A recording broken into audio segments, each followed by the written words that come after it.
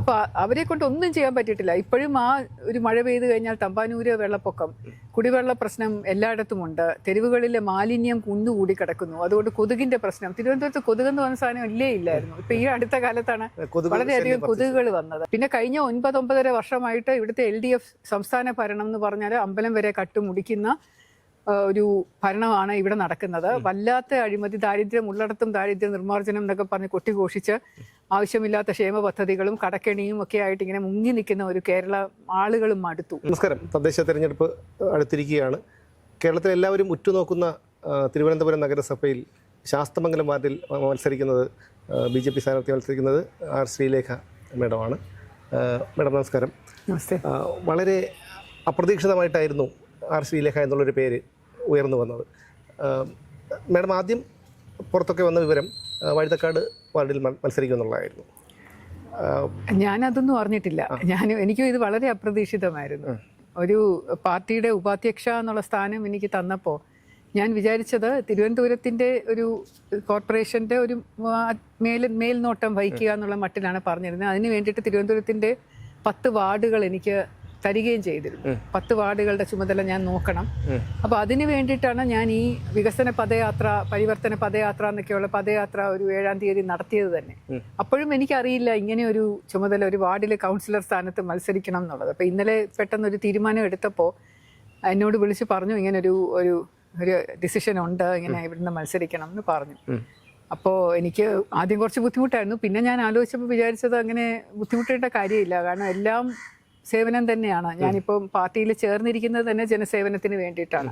അപ്പോൾ ഇങ്ങനെ ഒരു അവസരം പാർട്ടി എനിക്ക് തരുമ്പോൾ അതും ഒരു ജനസേവനം ആണല്ലോ. തീർച്ചയായും. അപ്പോൾ അതുകൊണ്ട് തീർച്ചയായിട്ടും അത് ഞാൻ സന്തോഷത്തോടെ സ്വീകരിക്കുക തന്നെ വേണം എന്ന് വിചാരിച്ചിട്ടാണ് ഞാനിത് അക്സെപ്റ്റ് ചെയ്തത്. കഴിഞ്ഞ പതിറ്റാണ്ടുകളായി തിരുവനന്തപുരം കോർപ്പറേഷൻ ആധിപത്യം LDFനാണ്. പക്ഷേ ഈ കഴിഞ്ഞ മറ്റുള്ള കാലങ്ങളിൽ നിന്ന് വ്യത്യസ്തമായി കഴിഞ്ഞ 5 വർഷം തീർത്തും സംഭവബഹുലമായിരുന്നു.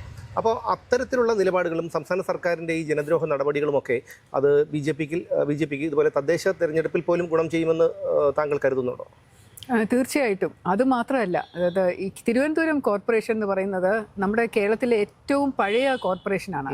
1920 എങ്ങാണ്ട് ഫോം ചെയ്തതാണ്. ചിത്രതിരുനാൾ മഹാരാജാവിൻ്റെ സമയത്ത് മുനിസിപ്പാലിറ്റി ആയിട്ട്, അതിനുശേഷം 40 അത് കോർപ്പറേഷനായിട്ട് വരികയും ചെയ്തു.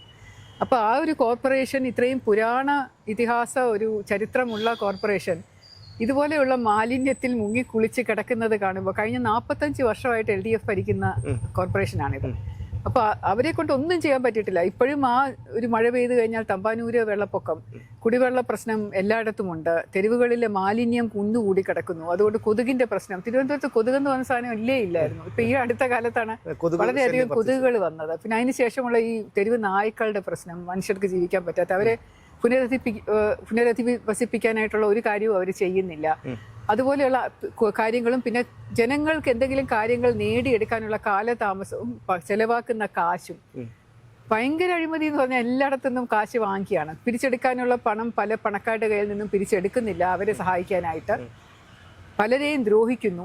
പല പദ്ധതികൾ ഉണ്ടാകുമ്പോൾ അവിടെ അതിനകത്തുനിന്ന് വലിയ കമ്മീഷൻ പിടിച്ചെടുത്തുകൊണ്ട് ജനനന്മയ്ക്കോ സമൂഹ നന്മയ്ക്കോ വേണ്ടി ആ പദ്ധതി പണം ചിലവാക്കുന്നില്ല. അപ്പം അങ്ങനെയുള്ള പല കാര്യങ്ങൾ കൊണ്ടും അഴിമതിയിൽ മുങ്ങിക്കുറച്ച് കിടക്കുന്ന കോർപ്പറേഷൻ ഭരണം.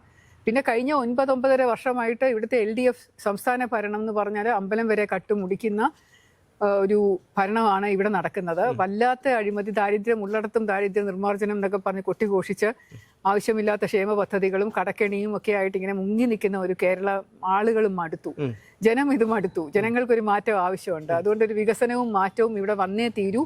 കേന്ദ്രം ഭരിക്കുന്ന BJP ഇപ്പം മറ്റ് പല സംസ്ഥാനങ്ങളിലും വളരെ വലിയ പുരോഗമനവും വികസനവും കൊണ്ടുവന്നപ്പോൾ കേരളത്തിൽ മാത്രം ഇങ്ങനെ പുറകോട്ട് കിടക്കുന്ന ഒരു സമ്പ്രദായം എന്ന് പറയുന്നത് മാറിയേ തീരൂ. അപ്പോൾ പുതിയ ഒരു വികസിത കേരളത്തിനായി, വികസിത അനന്തപുരിക്കായിട്ട്, ഒരു നല്ല മാറ്റത്തിനായിട്ട് ജനങ്ങൾ ആഗ്രഹിക്കുന്നുണ്ട്. അവരോടൊപ്പം BJP എപ്പോഴും ഉണ്ടാവും. ശാസ്തമംഗലം വാർഡിന് ഒരു പ്രത്യേകത കൂടിയുണ്ട്. കാരണം KPCC ആസ്ഥാനമായ ഇന്ദിരാഭവൻ, അതുപോലെ കവടിയാർ വാർഡിൽ നിന്ന് മത്സരിക്കുന്ന മുൻ MLA ആയ ശബരിനാഥൻ്റെ വീട്, വട്ടിയൂർക്കാവ് MLA VK പ്രശാന്തിൻ്റെ ഓഫീസ്, ഇതെല്ലാം ശാസ്തമംഗലം മണ്ഡലത്തിലാണ്. അപ്പോൾ ഇവരെല്ലാവരും അവിടങ്ങളുമായി ഇടപഴകിയിട്ടുള്ള ആൾക്കാരാണ്. അത് എപ്പോഴും നമ്മുടെ ഒരു വിജയത്തെയോ അല്ലെങ്കിൽ വോട്ടിങ്ങിനെയോ ബാധിക്കുമെന്നൊരു ഇതുണ്ടോ? ഇല്ല, അതൊക്കെ ആയിരുന്നല്ലോ. എന്നിട്ടാണല്ലോ അവിടെ BJPയുടെ ഒരു കൗൺസിലർ ജയിച്ചു വന്നത് കഴിഞ്ഞ പ്രാവശ്യം. മധുസൂദനൻ നായർ അദ്ദേഹം ജയിച്ചു വന്നത് ഇതൊക്കെ ഉണ്ടായിരുന്ന സാഹചര്യത്തിലാണല്ലോ. അപ്പം ജനങ്ങളാണ് തീരുമാനിക്കുന്നത്, അല്ലാതെ ഈ VIPs എവിടെ ഉണ്ടെന്നുള്ളതനുസരിച്ചല്ല. ആരാണ് നല്ല ഒരു കാൻഡിഡേറ്റ്, ആരാണ് നല്ല സ്ഥാനാർത്ഥി, ആരെ കൊണ്ടാണ് ഇവിടെ ഗുണം ചെയ്യാൻ സാധിക്കുക എന്ന് നോക്കി തന്നെയാണ് ജനം വോട്ട് ചെയ്യുന്നത്. അല്ലാതെ എത്ര പേര് അവിടെ ഓഫീസ് ഉണ്ട് താമസിക്കുന്നു എന്നുള്ള ഉദ്ദേശമൊന്നും അല്ല. എന്തായിരിക്കും ഒരു വിജയിച്ചു കഴിഞ്ഞാൽ എന്തായിരിക്കും ശാസ്തമംഗലം വാർഡിനെ അടിസ്ഥാനമാക്കി ചെയ്യാനുള്ള വികസന പ്രവർത്തനങ്ങൾ? ശരിക്കും അത് ജനങ്ങളാണ് പറയേണ്ടത്. ശാസ്തമംഗലത്തുള്ള പ്രശ്നങ്ങൾ എന്തൊക്കെയാണ് എന്നുള്ളത് ജനം പറയുന്നതനുസരിച്ച് പ്രവർത്തിക്കും, ഉണർന്ന് പ്രവർത്തിക്കും. അവിടെ ഇപ്പം നല്ല വികസനമുള്ള ഒരു തിരുവനന്തപുരത്തെ ഒരു ചുറ്റുപാട് വെച്ച് നോക്കുമ്പോൾ ശാസ്തമംഗലം എന്ന് പറയുന്നത് വളരെ പുരോഗമിച്ചിരിക്കുന്ന ഒരു മേഖലയാണ്. പക്ഷേ അവിടെ ഒരുപാട് പ്രശ്നങ്ങളുള്ളത് ഈ തെരുവ് കച്ചവടം കുറേ അധികമുണ്ട്. പിന്നെ പാർക്കിങ്ങിന്റെ കുറേ അധികം പ്രശ്നം വരുന്നുണ്ട്. ആളുകളുടെ പാർക്കിംഗ് വളരെ ബുദ്ധിമുട്ടുള്ള സ്ഥലമാണ്. പിന്നെ ചില സ്ഥലങ്ങളിലെ ചെറിയ വഴികളിലൊക്കെ തെരുവ് വിളക്കുകൾ കത്തുന്നില്ല. അപ്പൊ രാത്രി സമയമാകുമ്പോഴേക്കും സന്ധ്യ മയങ്ങുമ്പോഴേക്കും ഭയങ്കര കൂരിരുട്ട്. ജോലിയൊക്കെ കഴിഞ്ഞ് വരുന്ന പെൺകുട്ടികൾക്ക് അവിടെയൊക്കെ നടക്കാൻ ഒരു ഭയം ഉണ്ടാവുകയും ഒക്കെ ചെയ്യുന്ന ഒരു സാഹചര്യമുണ്ട്. പിന്നെ ഇവിടെ ഒരു സേഫ്റ്റി ഉണ്ടാക്കണമല്ലോ. നമുക്ക് സേഫ്റ്റി ആൻഡ് സെക്യൂരിറ്റി ആണല്ലോ ഏറ്റവും പ്രധാനം. അപ്പൊ തീർച്ചയായിട്ടും ഒരു CCTV ക്യാമറ സർവെയിലൻസ് പോലെ എന്തെങ്കിലും കൊണ്ടുവന്ന് കഴിഞ്ഞാൽ ജനങ്ങൾക്ക് കുറച്ചും കൂടി ഒരു സേഫ്റ്റി ഫീൽ ചെയ്യും. പിന്നെ മാലിന്യം എന്ന് പറയുന്ന പ്രശ്നം അവിടെയും ഉണ്ട്. മാലിന്യം വളരെ കാര്യക്ഷമമായിട്ട് അത് നിർമ്മാർജ്ജനം ചെയ്യുന്നില്ല. അപ്പോൾ ഇതുപോലെയുള്ള കൊച്ചു പ്രശ്നങ്ങളുണ്ട്. പിന്നെ കൂടാതെ റെസിഡൻസ് അസോസിയേഷൻ പ്രൊജക്റ്റ് ചെയ്യുന്ന കുറേ പ്രശ്നങ്ങൾ അതെല്ലായിടത്തും ഉള്ളതുപോലെ തന്നെ ശാസ്തമംഗലത്തും ഉണ്ട്. അപ്പോൾ അതിനൊക്കെ ആയിരിക്കും മുൻതൂക്കം കൊടുക്കുക. എന്തായാലും പ്രചാരണം ശക്തമായി തന്നെ മുന്നോട്ട് പോവുകയാണ്. തീർച്ചയായിട്ടും വിജയം ആശംസിക്കുന്നു. അതോടൊപ്പം തന്നെ തിരുവനന്തപുരം നഗരത്തിൻ്റെ മേയറായി മാഡം വരുമെന്നുള്ളൊരു പ്രതീക്ഷയുണ്ട്, ഒരു ആഗ്രഹമുണ്ട്. കാരണം ഇവിടെ ജീവിക്കുന്ന ഒരു വ്യക്തി എന്നുള്ള നിലയിൽ ഇതുപോലുള്ള ആൾക്കാർ വരണമെന്നാണ്. അതിപ്പോ പറയാറായിട്ടില്ല സുമേഷ്. എന്താന്ന് വെച്ചാൽ അതെ, നമ്മുടെ പാർട്ടിയിൽ ഇപ്പം ഉള്ള തീരുമാനം എന്ന് പറയുന്നത് ജയിച്ചു വരിക എന്നുള്ളതാണ്. തീർച്ചയായിട്ടും എല്ലാ കാൻഡിഡേറ്റ്സും ജയിച്ചു വരിക. അപ്പൊ മേയർ ആരായിരിക്കണം എന്നുള്ളത് പിന്നീട് തീരുമാനിക്കും. തീർച്ചയായിട്ടും ഞാൻ ഉദ്ദേശിച്ചത് അതല്ല, സാധാരണക്കാരനായ ഒരു വ്യക്തി എന്നുള്ള നിലയിൽ ചിന്തിക്കുമ്പോൾ അതുപോലെ ഇപ്പൊ ആർക്കും എന്തുമെന്ന് പറയാമല്ലോ. ആ ഒരു രീതിയിൽ ഉള്ള ആൾക്കാരുമായിട്ട് ഇടപഴകുന്ന മാഡം സർവീസിൽ ഇരുന്നപ്പോൾ തന്നെ അറിയാമല്ലോ, എത്രയോ ആൾക്കാരെ കണ്ടതാണ്. അപ്പോൾ അതുപോലെ വന്ന് ഇടപഴകുന്ന ഒരു ആൾ മേയറായി വരണം എന്നുള്ളതാണ് സാധാരണ. ഏറ്റവും നല്ല മികച്ച ആള് മേയറായിട്ട് വരട്ടെ. പക്ഷെ അതിനേക്കാളും ഇമ്പോർട്ടന്റ് ആയിട്ടുള്ള പ്രധാനം എന്ന് പറയുന്നത് പാർട്ടി BJP മൊത്തം വിജയിച്ച് എല്ലാ കാൻഡിഡേറ്റ്സും വിജയിച്ച് വരിക, ഇവിടുത്തെ കോർപ്പറേഷൻ ഭരണം BJPക്ക് ലഭിക്കുക. അങ്ങനെയുള്ള ഒരു അവസരം ലഭിക്കണം എന്ന് തന്നെയാണ് ആഗ്രഹം. അപ്പോൾ അത് തീർച്ചയായിട്ടും ഉണ്ടാവും എന്നുള്ള പ്രതീക്ഷയുണ്ട്. തീർച്ചയായും വളരെ വിജയപ്രതീക്ഷയിലാണ് ശ്രീലേഖ മാഡവും. നമ്മൾ കഴിഞ്ഞ 5 കൊല്ലക്കാലത്തെ ഇവിടെ LDFന്റെ ഭരണം നമ്മളൊന്ന് വിലയിരുത്തുക. എന്തെല്ലാം സംഭവങ്ങളാണ് തിരുവനന്തപുരം കോർപ്പറേഷനുമായി ബന്ധപ്പെട്ടുള്ള അഴിമതികളാണ് പുറത്തു വന്നിട്ടുള്ളത്.